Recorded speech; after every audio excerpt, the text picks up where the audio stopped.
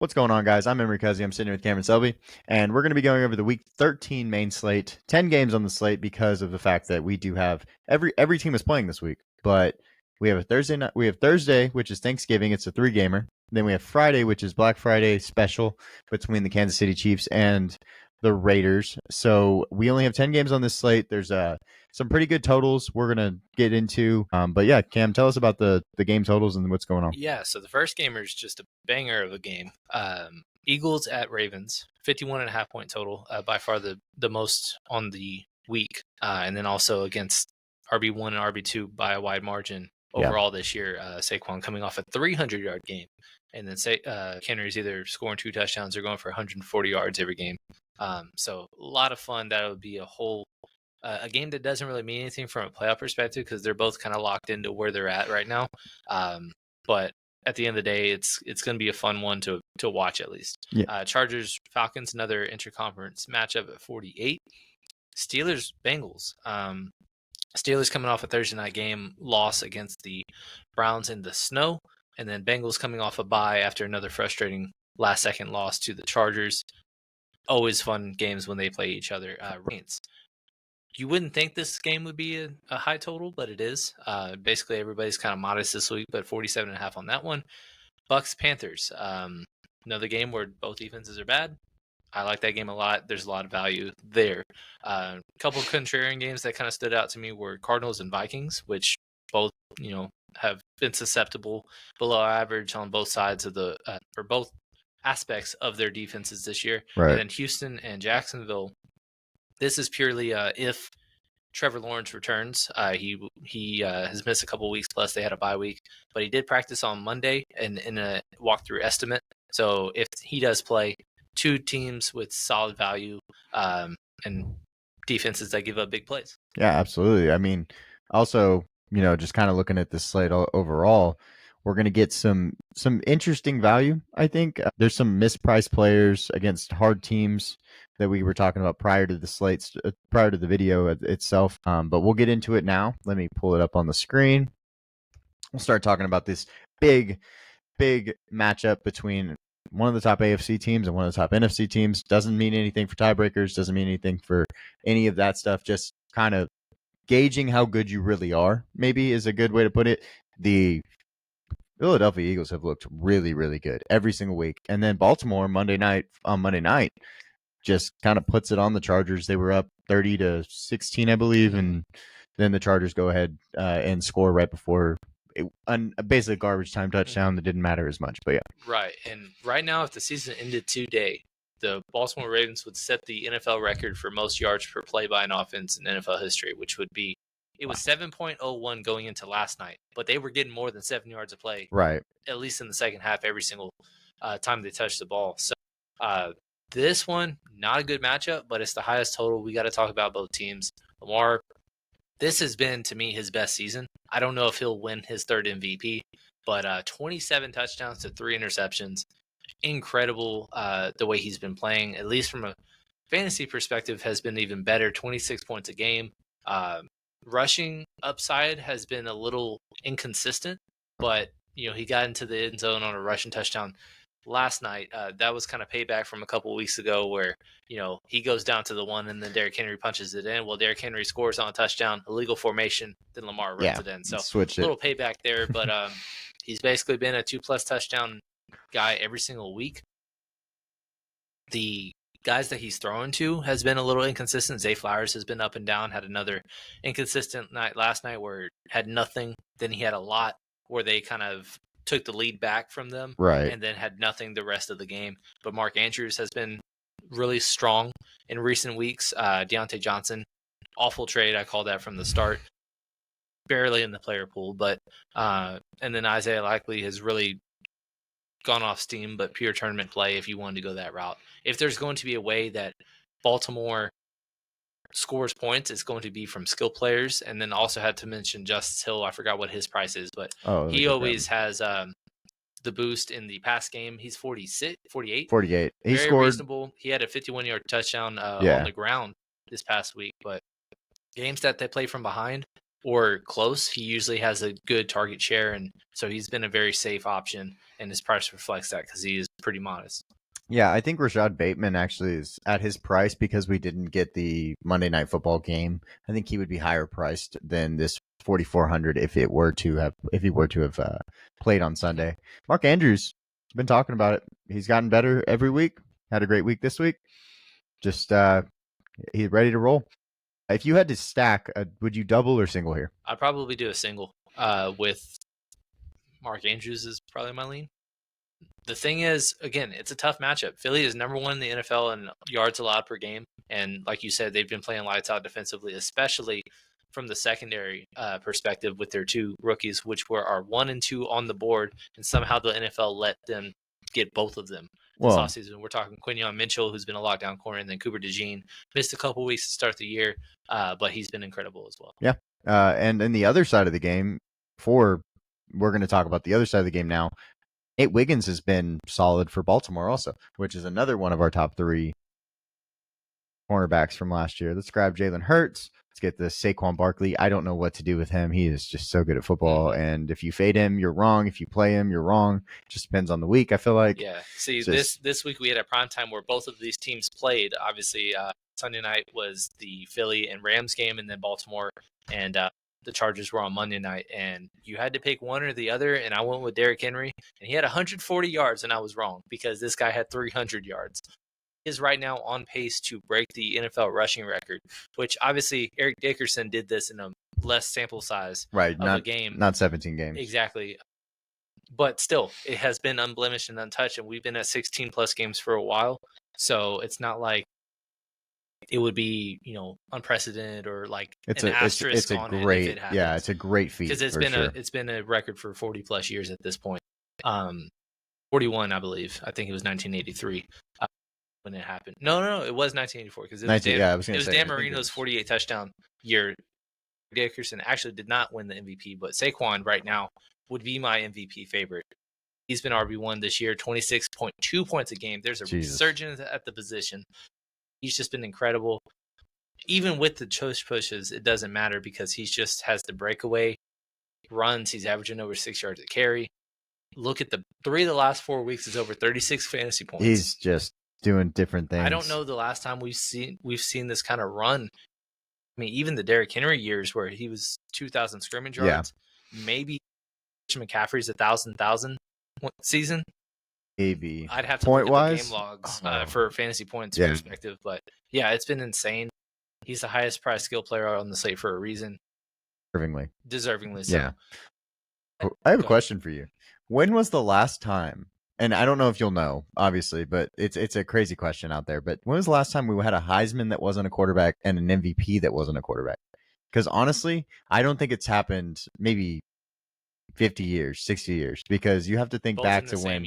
Yeah, exactly. Because Travis Hunter currently at minus 350 to win it. Who won it in 2012 and 2006? That's kind of my first go-to because I know that was Adrian Peterson's MVP year. Yeah. 2006 was LaDainian Tomlinson. I know 2006 the Heisman was Troy Smith for Ohio State. That's right. 2012 Heisman at 2012 was that Tim Tebow? No, he was. Oh no! What am I talking about? No, that's the wrong.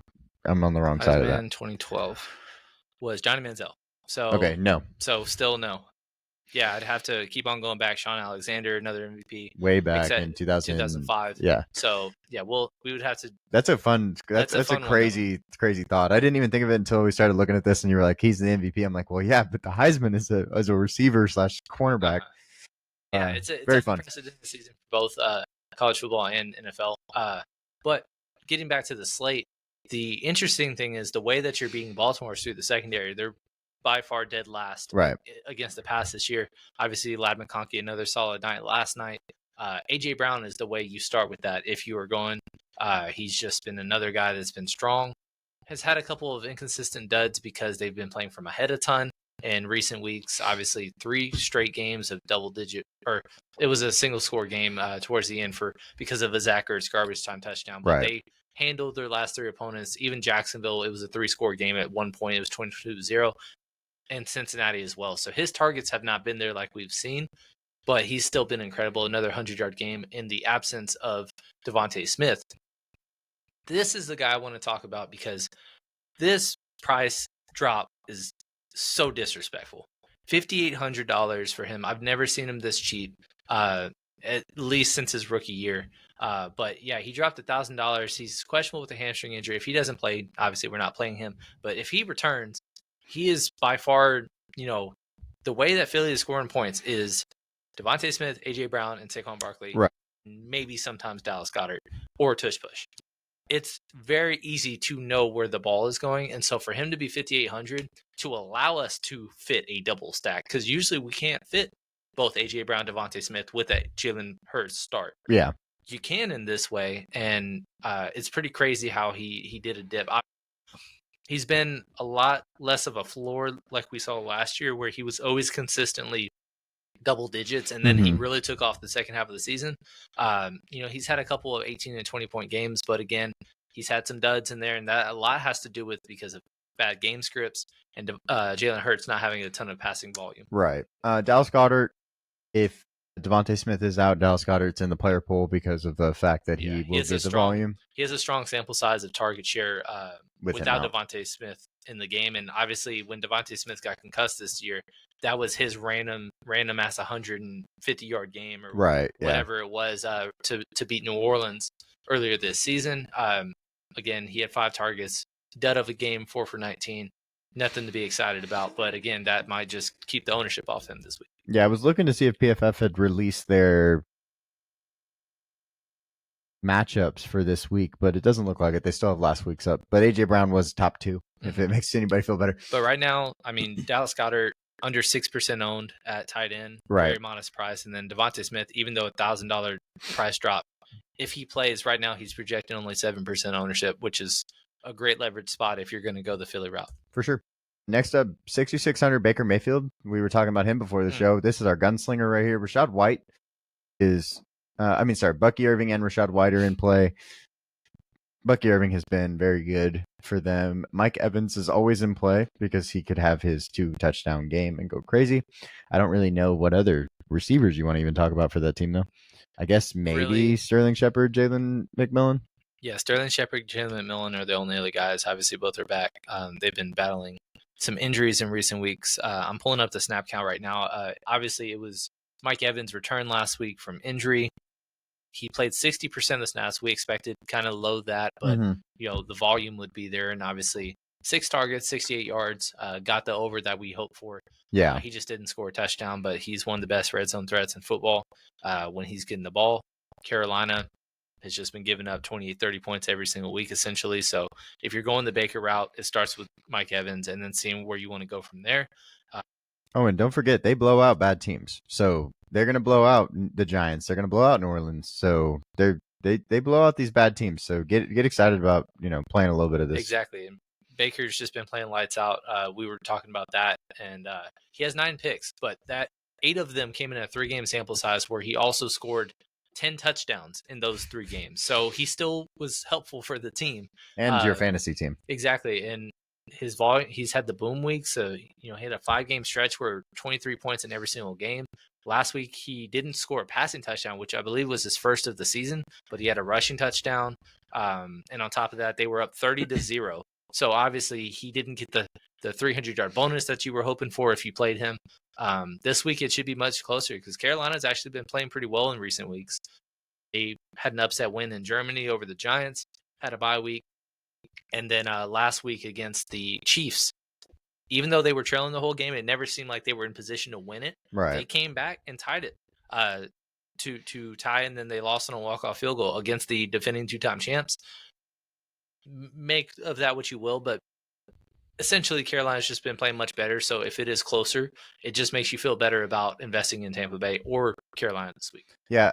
The other guys I want to talk about, the running back situation. Bucky Irving is kind of taking over RB1. Not necessarily, I don't know what his snap count Last week was the first week this season that he had more snaps than Rashad White. Perfect.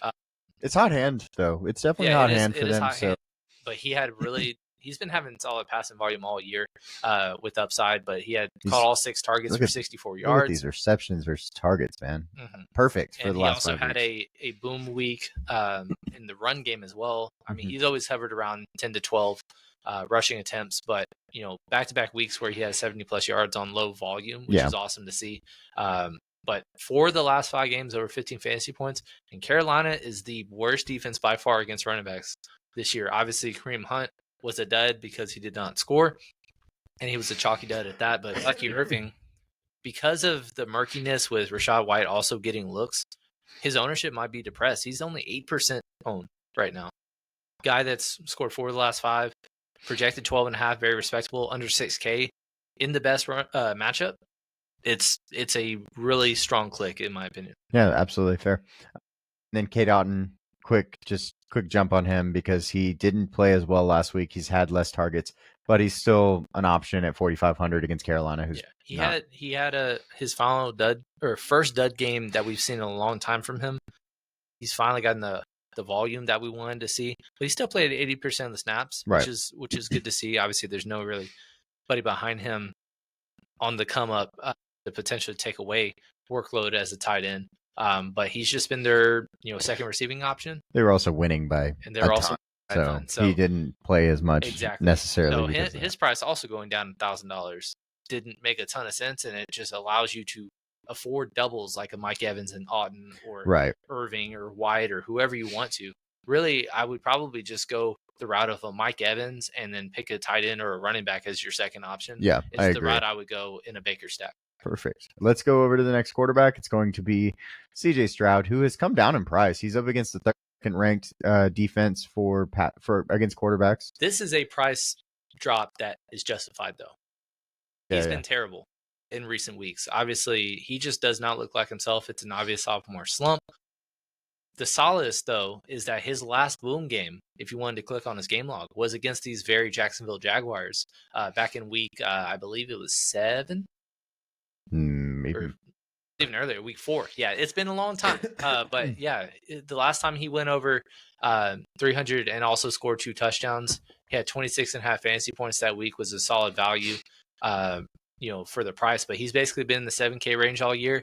And then also in recent weeks, not having Stephon Diggs because of the ACL injury, and then Nico didn't have him for a month. That has a lot to do with his struggles, but Nico's finally back. Tank Dell is healthy for the time being, and so basically it makes it easy to do this double. The only thing is just making sure they're staying from ahead because or close enough to where you don't hurt the floor of your performance, because again, if Joe Mixon is playing as well as he has been doing, we talk about Derrick Henry and Saquon, but Mixon's having his career year as well. I mean, you saw the 3 touchdown 38-point game against the Cowboys on Sunday Night Football. Had a dud last week, but it's a tough matchup against the Titans in their front 4. But he's had 11 touchdowns, so if he's not involved on multiple scores, that just opens up the book for CJ to have a little better of an output. Yeah, absolutely. And then you did talk about Nico Collins a little bit. I did want to bring up a game log real quick. He scares me if you don't play him every week. He's just a guy that can go for 151 yards, 2 touchdowns, whatever.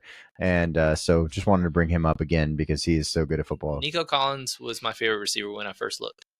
And it is mainly because the last 2 games against Jacksonville, he had a 7-104 in a touchdown game. And then this year, he had a 12 for 151 in a touchdown game. And that was also with the touchdown being called back. Wow. And then in recent weeks, we saw his first game back against Dallas. First play of the game, 80-yard touchdown, called back due to penalty. That was last crazy. Week, he scored a touchdown against the Titans in a tough matchup. 5 for 92, very strong game. Right. But he almost had a second touchdown, and it was called back. Back-to-back weeks, he has a touchdown called back. I mean, he's just been their wide receiver 1 truly, and even without Diggs, that just opens up more opportunity. I'm actually interested to see his snap count because I know it was reduced in a blowout / first game back against Dallas. Right. But he played 79% of the snaps last week, which is very, very strong and encouraging. If it's a close game, I think he's just going to have a field day against the secondary. Yep, he's one of my favorite plays on the slate also. I completely agree with that. Let me slide that down. Those are the only guys we're going to talk about for there. And just for what it's worth, I know he hasn't scored this year and he's been frustrating, but Dalton Schultz, he's a season low 3,300. So if you need to go cheap at tight end, Not 3,300, not the worst worst. thing. Yeah. Kyler going up next. Arizona threw a dud last week, which was kind of tough on some of our lines because we did have one Kyler line. I want to say out of our 5. Yeah, we did. One Kyler line out of our 5. Some of that had to do with the weather, but also some of it has to do with just Arizona has been frustrating to play fantasy football with this year. It's just been very inconsistent. The one consistent guy, or the main consistent guy, has been Trey McBride, and they just cannot get him the ball in the end zone. Kyler Murray had a wild overthrow on a very easy touchdown to him. He had 12 for 133 on a 15-target game, his best game of the season. He still has not caught a receiving touchdown. That is a rushing touchdown. Yes. And then he also has a fumble recovery touchdown. I've said that a few times already, but he is the only dominant tight end on the slate because a lot of the Brock Bowers, Travis Kelce, all these guys are on early slates or the primetime slates. So really it's spinning up to Trey McBride or going down. So with that being said, his ownership might be a little higher.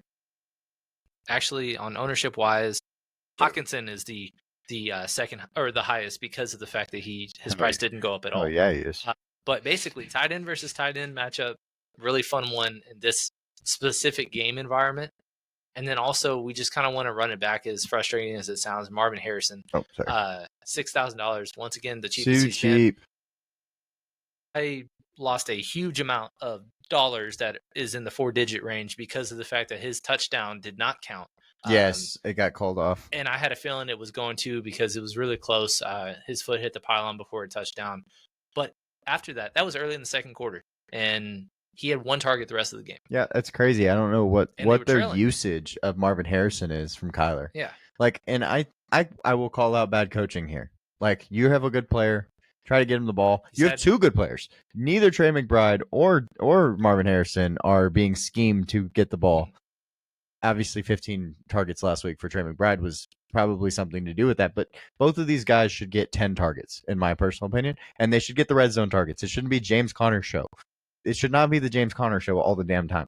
Exactly. So that's my thoughts. Yeah, and I mean, obviously, in this game environment, it's tough because Minnesota is actually a small favorite, but also they're much better against the run than they are the pass. Right. So even though James Conner has probably been the most consistent because he is the only one getting the consistent touchdown. Well, he only has 5 touchdowns on the year, but coming off a game, 7 carries, 8 yards. Game before, 12 carries, 33. He's been inefficient in the last 3 weeks, but it just depends on if he scores touchdowns because that's the only reason that he's still the starting running back because he is a solid goal line back. Yeah, I mean he's annoying and pisses us off, but he's done well in recent history for this team, so that's why they play him. They stick with him. Yeah. Going to quarterback and getting the next guy, I'm just going to put his name out there. Yeah, I don't even know. Bless you. I don't even know if you have to even. I'm not. I don't think I'm going to. Yeah, really. The thing is that Josh Downs. Well, Josh Downs, he hurt his shoulder. He's week to week, so I think it's even doubtful that he even plays because they have a week 14 bye. Usually, if you're even week to week, you're going to sit through the bye. That's what I brought up with the DK Metcalf when he hurt his knee right before their bye, and he probably could have played, but they wanted to play it safe. Same with Josh Downs. He's been the one consistent receiver for the Colts. But with that being said, Michael Pittman Jr. being, I think, his season low $5,200. At least when Josh Downs went out, he finally had a strong game. He had 96 yards on 7 targets. Yeah. Very strong. I think that might have been his best game of the season. I believe so. Well, he had 8 for 113. Okay. That was a Joe Flacco game, though. Yeah, I was going to say that's different. Anthony Richardson-wise, his best game of the season, 5,200, reasonable, but they do have some solid corners in New England as well. Yeah, Christian Gonzalez. Basically, Anthony Richardson, the way I view it is him having the upside that he did against the Jets, where it's not a strong matchup, but having the multi-rushing touchdown upside, and then him ending up as a cheap play, but with 29 fantasy points because he scored 2 rushing touchdowns. It's kind of how I view him as a standalone play. Throwing random bombs. Exactly. So. And then if you don't believe that narrative, and I know we're talking quarterbacks, but Jonathan Taylor struggled back-to-back weeks of tough matchups. He, season low price, $6,900. I don't remember the last time he was under $7,000.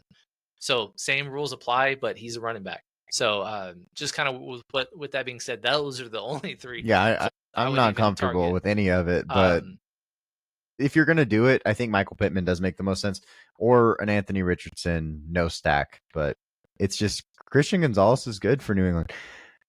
If you could also say that this is a New England defensive type of game. True. If you wanted to make that narrative, I think that's an option too, because as you can see, we put Anthony Richardson up there because he can get the rushing upside. Right. And then the last guy, we're going to go back to another game environment we talked about earlier. Bryce Young, $4,700. Just look at his game log, because I know it's kind of uncomfortable, but in recent weeks, been very, very good. I mean, fantasy-wise, it's not really showing in 2 of those games, but 16 points, 15 points. He's $4,700, guys. So that's 3x value plus. And he's going at home against the best matchup against quarterbacks, I believe, in football. I don't know, top man. Let's see. 31st. 31st. Oh, I'm sorry. Yeah. Jacksonville. Yeah. Jacksonville sucked a little more recently. So, but Tampa Bay, we've been targeting all year for quarterbacks, and they had a dud, or they were a team that we thought about with Tommy DeVito last week, but we ended up not playing him for minimum price, but he was in the pool because of the matchup. Same thing presents itself, but also the difference is Carolina's been playing much better since Bryce Young took the role back. And so they're in a much better spot. Chuba Hubbard, even though Jonathan Brooks debuted, got all the work and all the looks. Solid spot for him. But then also Jalen Coker missed due to an injury, so he'll be a game time decision and somebody we are unsure of all week. But Jatavion Sanders, who's been really solid as a rookie this year, hurt his neck on a getting upended, and it looked really bad. He got stretchered off. Sounds like best case scenario, he avoided a serious injury, so it's not a season ending, but I 100% doubt that he is ready to play Sunday. Yeah. And if he doesn't, Tommy Trimble at 2,800, we've seen him have standalone value before for cheap. Him being 2,800, very reasonable price. You see 4 of the last 5 games having doubled it, or at least 2 targets, but that's also playing behind Jatavion, who's had the majority of the tight end looks and snaps. So he's in play, and it's just a really cheap option against a good matchup in a game that I wouldn't be shocked if Carolina made this a close game. Fair enough. Let's go over to some running backs, because we've talked about a couple of them. There's some really good high-priced ones. We have to talk about some of the others that we hadn't gotten to with stacks-wise. Both Saquon and Joe Mixon are in the player pool for sure. They are both, possible of a 30-point upside, so you have to put them in there. And then looking over at the next guy, we have to talk about some of the other high-priced guys. I think you got to filter out a little bit. Oh, is that what's happening there? I was like, where's my stuff? Good call. What else do I have on here? All these quarterbacks. Alrighty. That's why I was like, where is everybody? Alvin Kamara going on there, just because of the fact that they are playing the Rams. The Rams, I believe, are one of the lower teams. Let's see, 28th against the run. But a lot of that has to do with the last game. They just gave it 300 yards to Saquon. So fair enough. Middle of the pack ownership, but also he's a high volume receiver back, PPR friendly, DK friendly, 7,700. Both of these running backs are in play, really. Again, it's one of the highest total slates, but I don't think it's because of the pass game. So really, Alvin Kamara at 77, Kyron at 72. He hasn't really had his boom weeks in the last month or so because he hasn't been hitting that bonus that we've been accustomed to seeing since Kupp and Nakua have both been back. But he also isn't getting the double-digit touchdowns that he was averaging over 20 through 6-7 weeks, and then now 4 straight games under 13. So the boom hasn't been there. I think his ownership will probably be way lower because of that. 14% is probably way too low for a Kyron and the upside that he has. But I like both of them in these spots because both teams have been very bad against running backs. Yep. And then going to the next guy, Jonathan Taylor, we talked about, and Chuba Hubbard against Tampa Bay. I didn't pull him up when we were looking at Bryce Young, but he has upside of. He had 21 opportunities still with Jonathan Brooks coming back. He had most of the snaps. I actually have it in front of me. He had 89% of the snaps. So that was actually 1% increase from when Jonathan Brooks did not play the last game. Well, there you go. So he's in play because of that, and he might be lower owned because it's just an awkward price range. She's showing less than 10% owned now. Fair enough. So he's a $5 running back if it weren't for Carolina not being favored. Yep. And then next up, you have the mid-priced guys. Aaron Jones is on the board against Arizona. Sorry, Let me see where Arizona's at. 22nd. 10. Yeah, I was gonna say I know they're bad. I just didn't know how bad. Yeah, and Arizona's kind of gone back and forth between the way that they've allowed points when they do. Aaron Jones has been very solid all season long, coming off one of his best games against the Bears with a 100-yard game, plus 4 targets and a touchdown as well. So really strong environment. He is a 5-box running back because of them actually being favored. I think he's probably my favorite bring back if you did go the Arizona stack route. As opposed to Justin Jefferson, purely just because of price, because he's $2,000 less. Right. And that's just kind of the way that I see organically the line can build. But at the same time, if you were comfortable doing a double tight end line, doing a Hawk and McBride line sounds very, very enticing to me. Yeah. But before we do keep on going down, I do want to say J.K. Dobbins did leave due to injury on Monday Night Football. So that happening after prices came out is a big deal because Gus Edwards, who took all of the workload the rest of the game, and he punched one in as a garbage time touchdown, $4,300. And, they're favored, I believe, or it might be a pick 'em. I think they were a 1-point favorite when I first looked. But yeah, $4,300. They love to run the football. And when he gets the opportunity and volume, that's a smash value in that regard if he gets most of the work. But if Kamani Vidal is active, because he has been inactive in recent weeks since Gus returned, his first touch in the NFL of his career, he went for a 40-yard touchdown. He just hasn't been getting the looks. And Hassan Haskins, he's been active most of the time, but it's because he's purely one of their better special teams guys. And he blocks. And he blocks really, really well. He blocks. He's huge. But again, when he comes in, he's averaging less than 2 yards a touch, essentially. So, or 2.4 yards a touch. So he's not really doing enough fantasy-wise to impress and be the RB2 or 1B to Gus Edwards. And if there is going to be one guy that does a 1B action, it's going to be Kamani Vidal. So it's something to monitor, but both of those guys being less than 4,500, if JK is indeed out and misses time, it's worth mentioning. Fair. Absolutely. And then let's go back up to where we were. Oh, yeah, I got to go back up to that bad chalk. Here we go. 6,200. Chase Brown is the chalkiest player on the slate by far, playing against the Pittsburgh Steelers. I'm not comfortable playing running backs against Pittsburgh. I mean, in recent weeks, they held Derrick Henry to basically nothing. So I'm not comfortable with this at all. Nick Chubb averaged less than 3 yards to carry. He just scored twice at the 1 yard line. So kind of hard to justify like that 17-point outing being something that is something to build on. Cincinnati is favored in this game, actually. Coming off a bye, Chase Brown has been very, very strong since Zach Moss went down, had a 30-point game at 23, and then last week a 19-point game. A lot of that having to do with having pass volume upside, but really there's nobody else getting touches in this backfield, and he's just getting all the workload. Even though some people will take some snaps, they're not taking the important touches from him. So, and his price somehow went down 300 from the recent week. That's why he's so chalky. Mm-hmm. But it's a bad matchup, so it kind of scares me. It's very interesting this week because he's projecting 18 fantasy points, which to me just is crazy for a projection against Pittsburgh. But it makes sense, I guess. He's PPR friendly, but it's just somebody that you need to consider for sure. If it comes anywhere close to 30%, I might be severely underweight in him, and it's purely just because of the matchup. Yeah, completely fair. We'll talk about Ramondre Stevenson next. He is the New England running back. They're going up against the Colts, who it doesn't necessarily have the best run-stopping defense this year.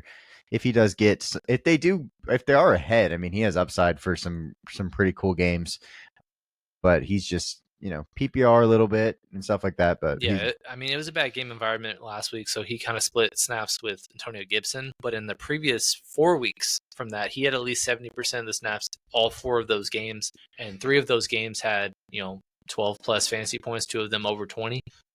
So when he's in a good game environment, he's really strong, and so it just kind of depends on how you view this game going. If it's a close game, ugly game, it's worth mentioning him being at 5,900, being at home and in a good environment against a good defense to target. Yeah, and then Bucky Irving and Rashad White are in play. We talked about them a little bit, but you can just see those scores one more time for Bucky Irving.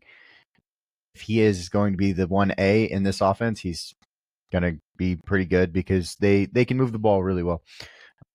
Funny thing is they had 4 rushing touchdowns this past week, and not one of them was running back that went for 2. Basically, him, Rachaad White, Sean Tucker, and Baker Mayfield all had a But yeah, don't forget, Sean Tucker is in this rotation. Like, he is not going away. I don't even know. What are the snap counts on Sean Tucker last week? I'm sure it was a lot. Let's see. I don't know why it doesn't filter when I put in TB. Sean Tucker actually has not had many snaps lately. He's had less than 10 snaps in every game since week 7. Last week, he had 5 snaps, but he just happened to have a 1-yard touchdown. Score. Rachaad White, like I said, Bucky Irvin, that was the first game that Bucky actually outsnapped him. Mm-hmm. It's been pretty close, 50-40 or something of that nature since Rachaad White came back from injury, and he missed 1 game in week 6. That was the game that Sean Tucker, at 0.04% owned, was the millionaire maker. And then also Bucky Irving was the chalk, and he also had a strong game in Rachaad White's first game. So all those guys being under 6,000 in the best matchup for running backs, they're all in play, and they're all way too low owned right now. Let's play a fun what if. What if both Brian Robinson and Austin Eckler are out? You got to go to Jeremy McNichols at 5,400. He becomes the starter, and he has had weeks. His best week, I believe, was 100 and something yards. That wasn't. No, I'm wrong. I apologize. I thought maybe I have the wrong guy, but I know Chris Rodriguez has had some snaps this year as well. He had in week 9 a 32% workload. Okay. I guess it's another bad matchup against Tennessee. Yeah. Washington's kind of starting to reel a little bit, losing 3 of 4 or 3 straight actually. After starting 7-2, heartbreaker, one of the weirdest finishes ever that I can remember against Dallas this past week. And Brian Robinson got hurt, left the game, and then Austin Eckler got destroyed. He got knocked out cold on the final kickoff. Yeah. It looked really bad. He did walk up under his own power, but typically I like to assume that you're not coming back from a concussion the following week, even though some rare occasions you do. But yeah, the way that looked, I don't see how he plays this week.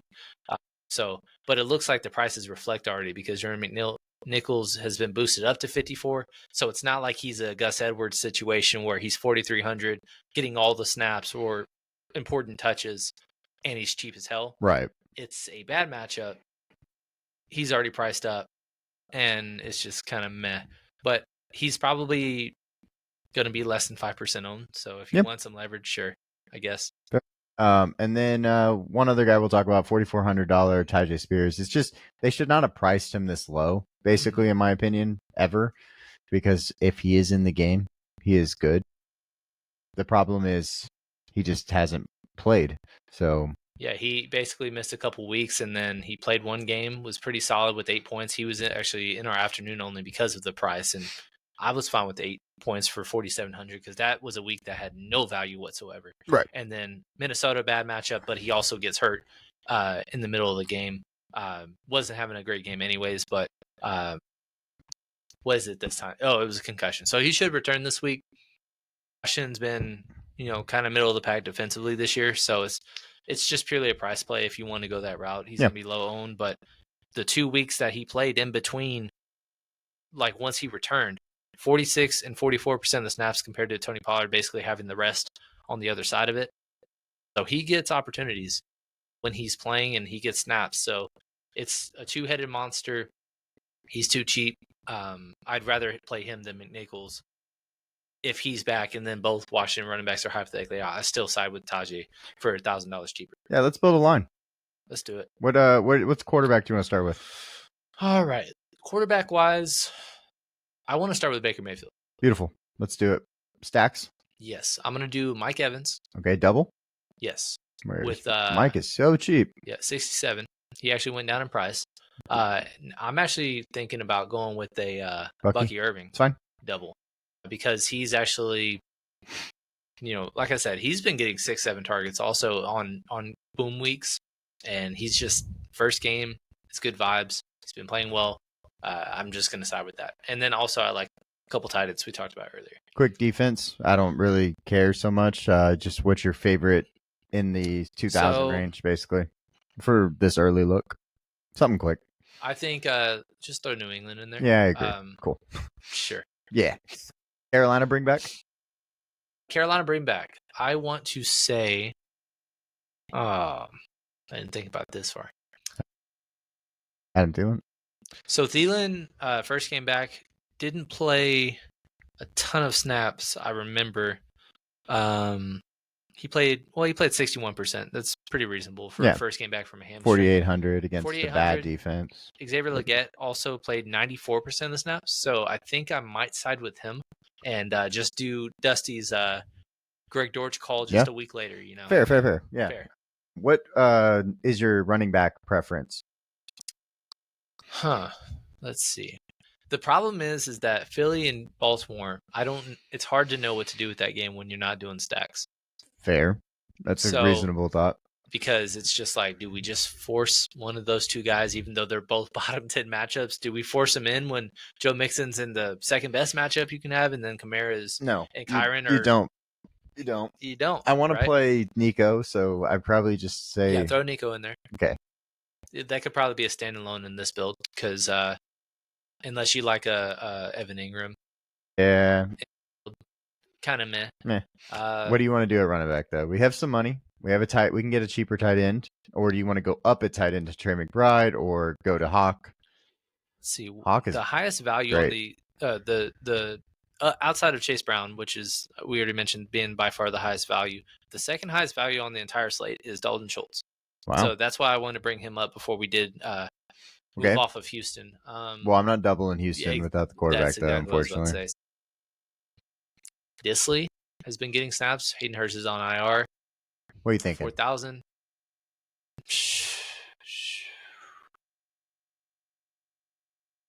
Let's pick. Come on. Let's see it. Let's do Mark Andrews. Beautiful. I like that a lot. 3.9 salary, and then now favorite running back. Kind of uncomfortable. Running back wise, do you have a preference on your favorite elite running back on the slate? I mean, I guess I prefer Saquon out of everybody. Okay. Especially in this line. But I think Kyron's my favorite lower price elite guy. I want to say I was leaning Kamara. Okay. Because he's the highest projected running back on the entire slate. He's actually the highest projected skill player. And his ownership, he's one of the most popular guys anyways. So we don't really have a ton of high-owned guys in this line. So I'm fine with eating some chalk there. But 3,800 is a tall task to find that last guy in. Not a ton of value at receiver unless you want to just keep on crossing your fingers for a New England wideout. We could do the double tight end route if you wanted to go that way. Which one? So Zach Ertz has just been getting garbage time stuff, and he's 3,800. I like Zach Ertz.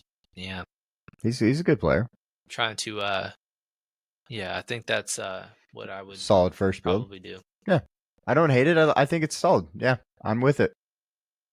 Receiver, once again, another week where just below 6 and in between 4,500 and 6K. That's usually a range we love to live in, and it's just been very unkind to us in recent weeks. Yeah, I completely agree with that. I'm going to do mine. Let's do a Bryce Young build. We're going to do something crazy. We're going to save all the money to start. I'm going to go with Legette. I'm interested to see who your double would be. Would it be Thielen, or would you be interested in doing a cheap? I'm doing Coker. You're going to make the assumption he's going to play. Yeah, I'm going to say he's playing. On my bring back, I want to go with $6,700 Mike Evans. Okay. I'm going to get defense as $2,500 Patriots. We'll figure that out later on in the week. That allows some things. I actually really liked our talk on Mark Andrews. But I kind of want to do a double tight end here, which is going to be our favorite two. These two. Yeah. Go back. And then that leaves me a lot of money. We can get both of them. Yeah, that's pretty solid. I was about to say, like, Nico being one of my favorite build guys, but at the same time, if it's for Joe Mixon, I understand the reason behind it. I think if I remember correctly, that same Jacksonville game, Joe Mixon actually did not play. Right. And then because we were filtering through like the Dare and the at the time Cam Akers, and I think Cam Akers that was the game where he had a receiving touchdown as a salvage, but he did not have a good game. Right. But that was also week 4. It's been a long time since, and Jacksonville has just they're now 31st against running backs. Yeah, for a and reason, they've been you know? good. Yeah. But yeah, so I think that's a solid first build. I mean, I don't really have anything else I want to go over for those builds. I think it's early in the week, and we'll get more going on the live stream. Let me stop sharing. We appreciate y'all hanging out with us, though. It's been we've had a great day. We've actually recorded all 3 videos today for Black Friday, Thanksgiving special, and this video. The Thanksgiving special is going to be a lot of fun. It's a 3-game slate. Go check that video out if you are watching this Wednesday, or I guess this wouldn't actually come out until after Thanksgiving. Now that I think about it, that's funny. But we also then, of course, tonight, if you're watching this, it will be the Kansas City versus Las Vegas game. That game we have a special for also that came out yesterday. So watch that, and then we'll do our live stream on Sunday. Yeah, and again, if you follow our college football content, it's the final week of the regular season, and then we're following into the championship weeks to determine the playoffs. We're going to have a bowl pick'em contest that is going to be a whole lot of fun. Our first giveaways, there will be prizes and all that good stuff. So be sure to participate. We'll be making announcements and finalizing that as we kind of think of how we want to handle that. But it'll be an ESPN Confidence Bowl pick'em, whole lot of fun, and me, Dusty, and Emery will all be on either an episode or doing a live stream. We haven't figured that out yet. Doing these picks and going through every single game, and it'll be a whole lot of fun, excitement, very excited all about that it. stuff. Yeah. And then the rest of the way, I believe there's a Saturday game every single week, maybe even 2. So we'll be possibly having some special episodes similar to the Thanksgiving slate. There's going to be a Christmas slate, all that fun stuff. It's the best time to watch football. Weather's getting colder. It's a fun how football time. should be. It's a nice, you have football weather out there. Absolutely. I agree with that. But a lot of stuff coming up. And then we're going to get into, bowls. We'll get into playoffs. We'll get into all this fun stuff. So I'm really excited. This is probably coming down to one of the best parts of the year for football itself.